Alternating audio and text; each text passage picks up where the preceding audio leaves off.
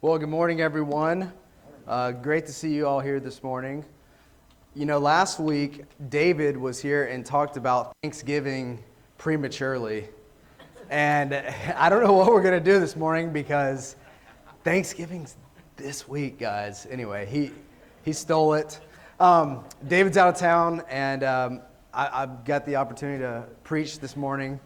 And you know, as you guys know, I rarely preach.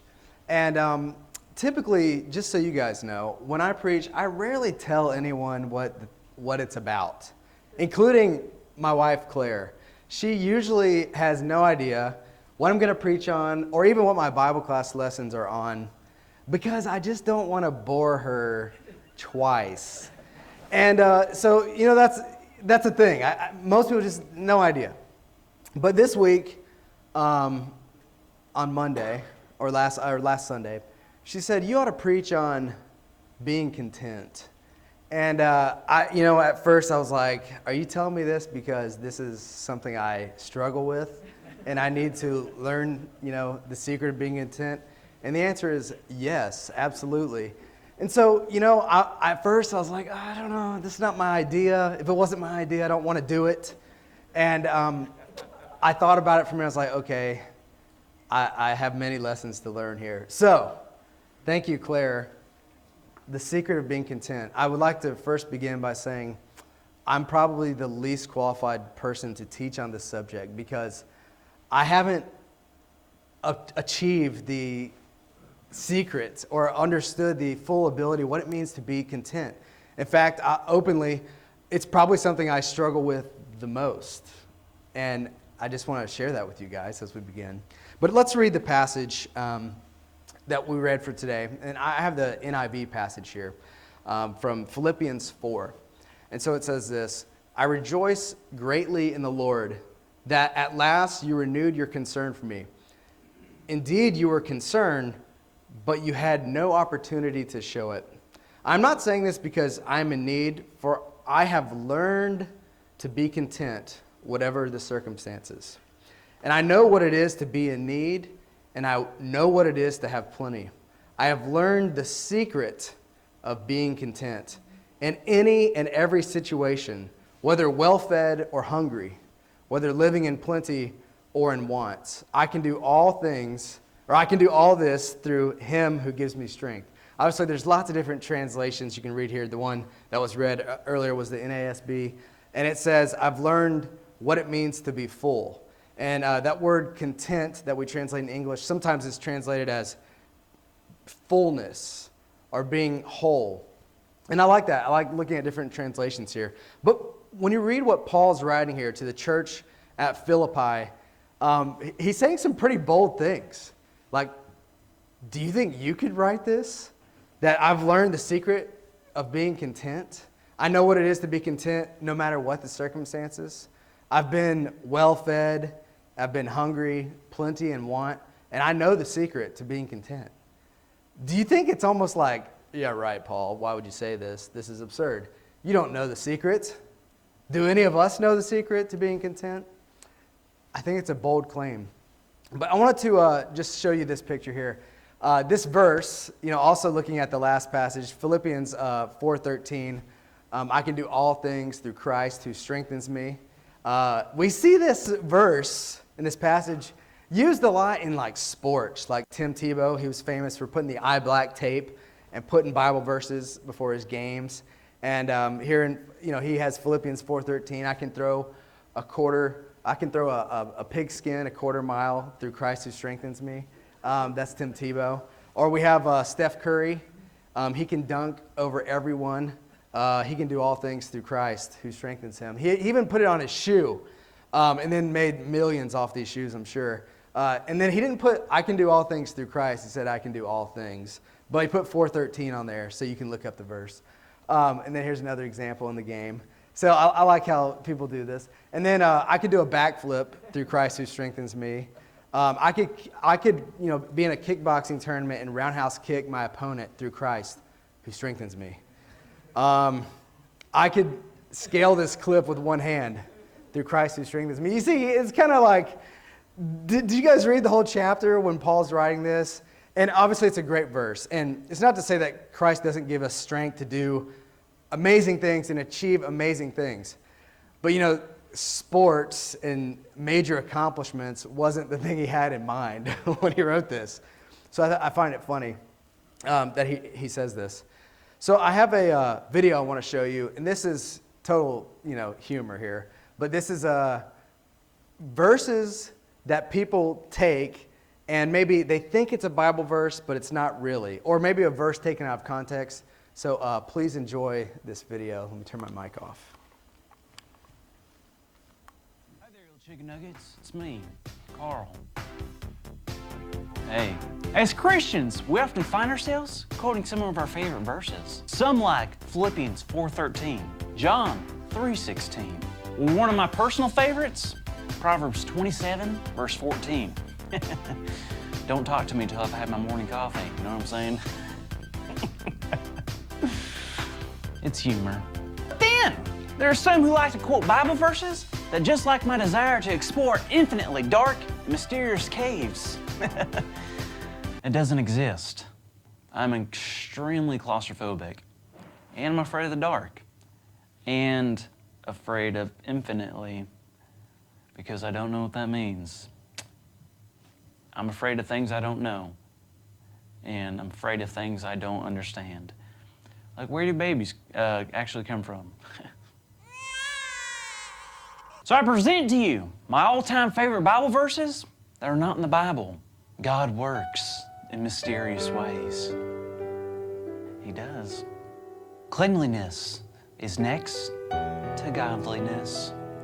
Yes. Pride comes before the fall. Yikes. It's nice to be important, but more important, to be nice. Smile. If you take one step, God will take two. Does that make sense? If He closes one door, He'll open a window. Let go and let God. Just do it. That's Nike.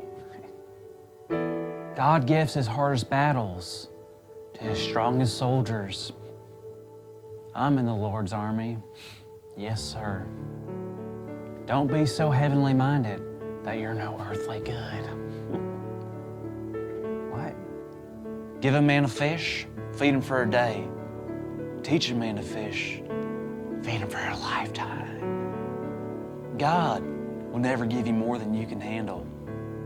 Spare the rod, spoil the child. You're a wizard, Harry, and you're a hairy wizard, Hagrid. This too shall pass. Follow your heart as long as you're happy. 10 points to Gryffindor.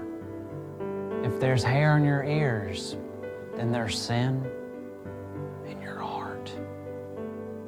Jesus, take the wheel. When the sea is rough, know it will be calm. When the sea is calm, know it will be rough. The devil made me do it. He probably didn't. What you need to do is pray for a hedge of protection. Your vibe, it attracts your tribe. Clean hands, pure heart, good grace, good God. Wash your hands, you sinners. Hate the sin, but love the sinner. Do your best, and God, He'll do the rest. That's good. This has been our favorite Bible verses that aren't actually in the Bible with Cool Carl. Okay, hopefully you thought some of that was funny. You can see my sense of humor here. I like really dumb stuff. Anyway, I like how we see these, the example of Philippians chapter 4, and it is taken out of context. In fact, sometimes it's even abused. I just want to show this just for your own entertainment. But let's get back to the passage. So we're talking about Philippians chapter 4, and when Paul writes these words, we'll go back here. When he writes what it is to be content, He's writing the Philippians most likely from a Roman prison. And by the way, when he was in Philippi, here's what happened. I got to flip through these again. In Acts 16, it says, the crowd joined in the attack against Paul and Silas, and the magistrates ordered them to be stripped and beaten. So if you remember in Acts 16, Paul is there and he's preaching to the people, and he even comes across this girl who's demon-possessed, and he casts out a demon. And they get so angry that he casts a demon out of her, and she's, annoying them and proclaiming that, they're servants of the Most High God. Well, they get literally attacked and beaten. And then it says in verse 23, after they had been severely flogged, they were thrown into prison. And the jailer was commanded to guard them carefully. And when he received these orders, he put them in the inner cell and fastened their feet in stocks. And about midnight, Paul and Silas were praying and singing hymns to God, and the other prisoners were listening. And of course, if you remember the story, an earthquake comes and they're released from the jail. And it's a miraculous story. But after sharing about Christ, after casting a demon out of someone, they're arrested and beaten severely. And so when Paul's writing to the Philippian church, think about this story, because that's what his experience was when he was in ancient Philippi. And I think it's very profound that he's also writing this from a Roman prison. And he's like, I know what it is to be content. I was beaten and I'm overjoyed. And I'm content. And I can't imagine being able to be in that situation and writing those words. But if we know something about the city of ancient Philippi, what's curious about that is that it was founded by Philip II, who was the father of Alexander the Great. Ever heard of him? He at age 32 or 33, had conquered a large portion of the world. And he died at a very young age after amassing a lot of wealth and conquering nations and being in these epic battles. But on his deathbed, when he knew he was going to die, he had 3 last wishes, as the legend goes. I think he probably said this, but can't prove it. But Alexander the Great, his last wishes were, my physicians alone must carry my coffin. So he was at death's door and he knew he was about to die. He says, my doctors are the ones who are going to carry me to my grave. And then he said, secondly, I desire that when my coffin is being carried to the grave, the path leading to the graveyard to be strewn with gold, silver, and precious stones, which I have collected in my treasury. And then lastly, he said, my last wish is that both my hands be kept dangling out of my coffin as they carry me to my grave. And it's very interesting that someone of such great power and wealth and achievement said these things on his deathbed. And the explanation to this, I want to read this. I think it's pretty good. There's a lesson here. It says, I want my physicians to carry my coffin because people should realize that no doctor on this earth can really cure anybody. They are powerless and cannot save a person from the clutches of death. So let not people take life for granted. And the second wish of strewing gold and silver and other riches on the path to the graveyard, to tell people that not even a fraction of gold will come with me. I spent all my life, greed of power, earning riches, but cannot take anything with me. Let people realize that it is a sheer waste of time to chase wealth. And about my third wish of having my hands dangling out of the coffin, I wish people to know that I came empty-handed into this world, and empty-handed I go out of this world. I find it, I kind of like this story. I'm like, yeah, Alexander the Great probably wasn't the nicest guy, but at his last moments of life, if he said these things, it's a very powerful lesson for us to learn. And it's tied back to the city of Philippi. I mean, this is where his father was buried, in the tomb of Philip. Very, very cool. But for most of us, the average person, we spend the first half of life to sacrifice health to get money. Do you think that's true for most of us, for most people? Maybe ask yourself, is this true for you, that you were chasing a job or an education, sleepless nights, sacrificing your time and relationships, obviously your health, to get some status, to get some job, to get a certain income, to get whatever it is. And perhaps we sacrificed health along the way. And then the second half of life, we sacrifice money to get health. How many of you have your doctor on speed dial and you're waiting for him to write a prescription for you at any moment? Hopefully none of you. But it's one of those things where it's like, what are we chasing here? Or have we missed something? Are we so, not content with what we have and what we are that we always have to be chasing after something else? And I think it's very powerful when we think about these things. And, for us, it's always, no matter what our situation is, when we're young or when we're old, we always have these wishes or wants and desires. For example, I wish I lived in that neighborhood. The one that has all the large houses with the 6-car garages, or maybe it's the trailer park. No, it's usually not that, right? I wish I lived in that neighborhood with those people and had those things. Or I wish I was just a little skinnier. I put this for myself. Maybe you wish the opposite. Maybe you wish you're a little bigger. I don't know. I wish I could have that job. I wish I had good health. I wish I drove that car. I wish I had that hairstyle. Whatever it is, fill in the blank. I wish. Is that you? Has that been you? Is that you currently? I think if we're honest with ourselves, in some way, shape, or form, we're always wanting and wishing for something else, or comparing ourselves to someone else or something else, right? Ecclesiastes 5:12 says, "The sleep of a laboring man is sweet, whether he eats little or much, but the abundance of the rich will not permit him to sleep." I like that verse. I think it's convicting that, if you find delight in your work and you put work at it with all your heart as working for the Lord, then maybe you will find great rest. But if you labor and toil just to get more and desire more, then you'll be restless and not be able to sleep. I think there's probably some truth to that, yeah? But really, at the end of the day, it's about not what we don't have. Like, we can't get enough. We want all these things. But at the end of the day, it goes back to the 10 Commandments. We want more because we desire and we covet. And as Exodus 20 says, "You shall not covet your neighbor's house. You shall not covet your neighbor's wife or his male or female servant, his ox or his donkey, or anything that belongs to your neighbor." And I think that's a profound message for us to think about. One of the 10 Commandments here. By the way, this video in the background is one of the alternate locations for Mount Sinai. The top of the mountain is charred. I think it's pretty cool to see that possibly these words were spoken from this mountain. But you shall not covet. And I like this song. I don't know if you guys listen to country music. Christian Bush, he's a member of the band Sugarland, but he had a solo album out, and one of his songs is called Trailer Hitch.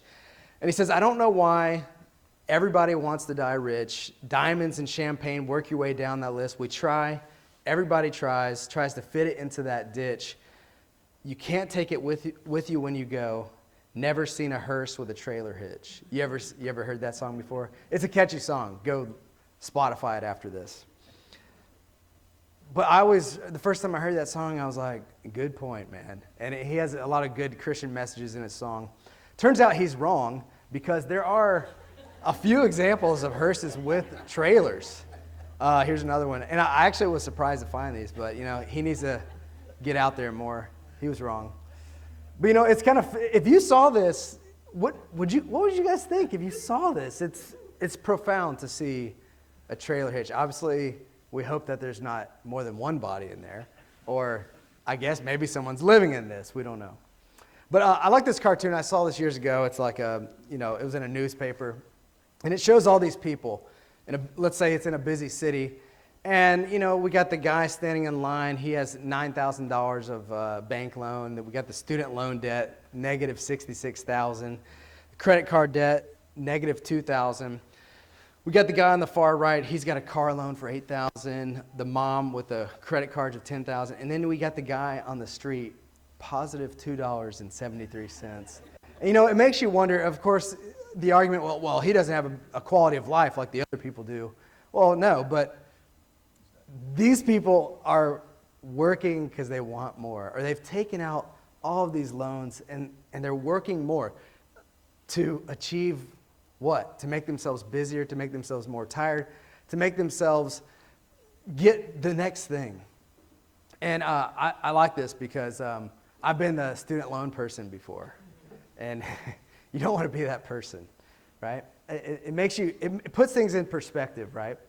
That what we have, ask yourself, are you content with what you have, your current situation? Can you rest in God no matter where you find yourself? And the Apostle Paul says, yes, I can. Oh yeah, I forgot to highlight that. But 1 Timothy 6 says this, as Paul writes to Timothy, it says, godliness with contentment is great gain. For we brought nothing into the world, and we can take nothing out of it. But if we have food and clothing, we'll be content with that. Those who want to get rich fall into temptation and a trap and into many foolish and harmful desires that plunge people into ruin and destruction. For the love of money is a root of all kinds of evil. Some people eager for money have wandered from the faith and pierced themselves with many griefs. And I think, I ask myself, how many people that are Christians are chasing after the wind? Or how many people do we know that are just chasing after the status? Or I got to live in this city or in this place and have this job and have this car, and I got to be better than that person. And they're just not content with what they have. I think the better question is, don't ask yourself what you have, but are you satisfied with your current situation? Are you full, as that word? Are you content no matter what? And I like this quote, Steve Wentworth. He says, some of the most generous people have no money. Some of the wisest people have no education. And some of the kindest people were hurt the most. Perhaps that's true for some people, right? I find it very powerful. But the question is, what is the secret to being content? And I think Paul would have answered something like this: without Christ, true contentment can't be found. As he writes from a prison cell. And as he says stuff and remembers the words of Christ when Jesus says, whoever wants to be my disciple must deny themselves and take up their cross and follow me. For whoever wants to save their life will lose it. And whoever loses their life for me and for the gospel will save it. So what good is it for someone to gain the whole world, yet forfeit their soul? Or what can anyone give in exchange for their soul? If anyone is ashamed of me and my words in this adulterous and sinful generation, the Son of Man will be ashamed of them when he comes in his Father's glory with the holy angels. And I think it's a great passage of example of Jesus teaching us how to be content and evaluating where we're at with contentment. What good is it for someone to gain the whole world and yet forfeit their soul? And then Paul, when he writes in 2 Corinthians 4, keep in mind the context of being beaten and jailed in Philippi, and then writing to the Philippians, and then writing to the Corinthians here.